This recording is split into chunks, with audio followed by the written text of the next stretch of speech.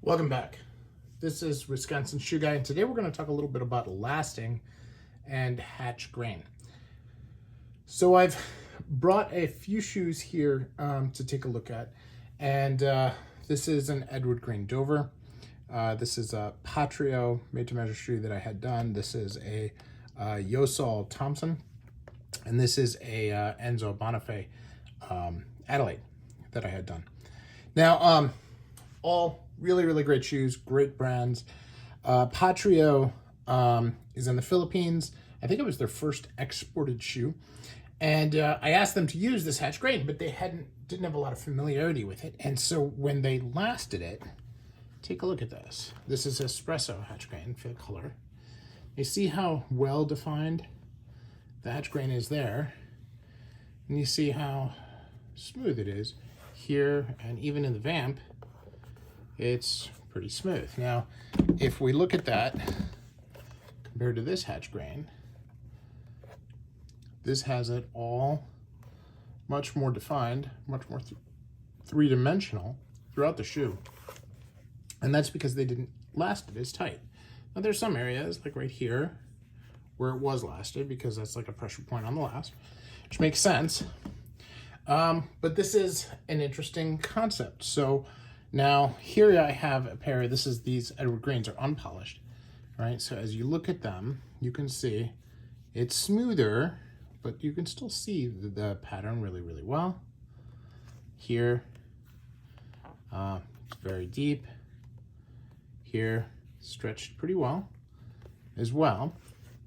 So here you have what's arguably one of the best made factory shoes, probably hand lasted, but they last the grain pretty tight. Whereas Yosol, which is made in China, they last it so that you can see more of the grain. Now, Enzo Bonifay, kind of in between. You can see it's pretty well, it's tighter around the toe, and it's a little tight here, similar to the Edward Green. So I wanted to point this out. One of the feedback that I gave this shoemaker was that I thought that they lasted it a little too tight.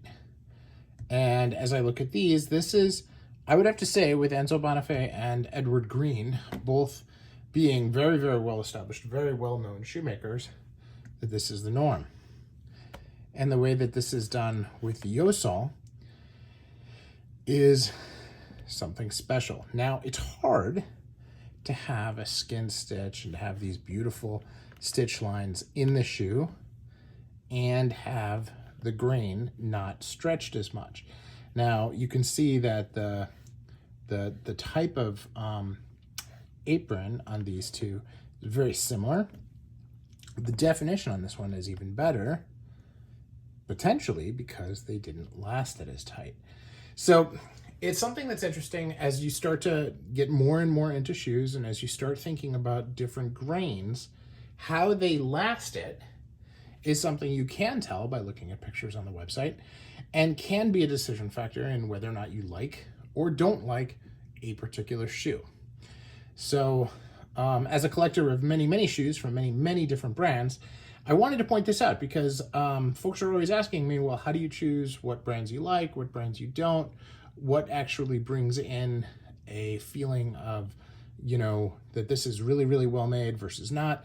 And this is not a case of really well made or not. Now, if the aprons were off center, like an Alden, for example, that is, in my opinion, and again, this is my opinion, this is not anything, I'm not a learned shoemaker or anything, I think that is poor quality because they can't last it so that it's symmetrical on the shoe in the front. It's always supposed to be symmetrical here, asymmetrical up here, because ultimately you want the top line higher on the inside of your foot than on the outside so that there's room for your ankle. And it fits better that way. But the front should be symmetrical, and I think that's something that is a mark of quality. This, not a mark of quality, this is a choice the shoemaker makes on how well defined to leave the grain.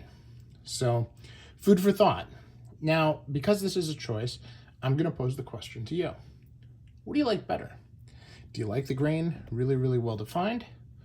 Or do you like the shoe very, very solidly built, but having a little bit more in terms of the stretch marks around the last in the grain so that the pattern isn't quite as deep? Let me know your thoughts in the comments below. Thanks.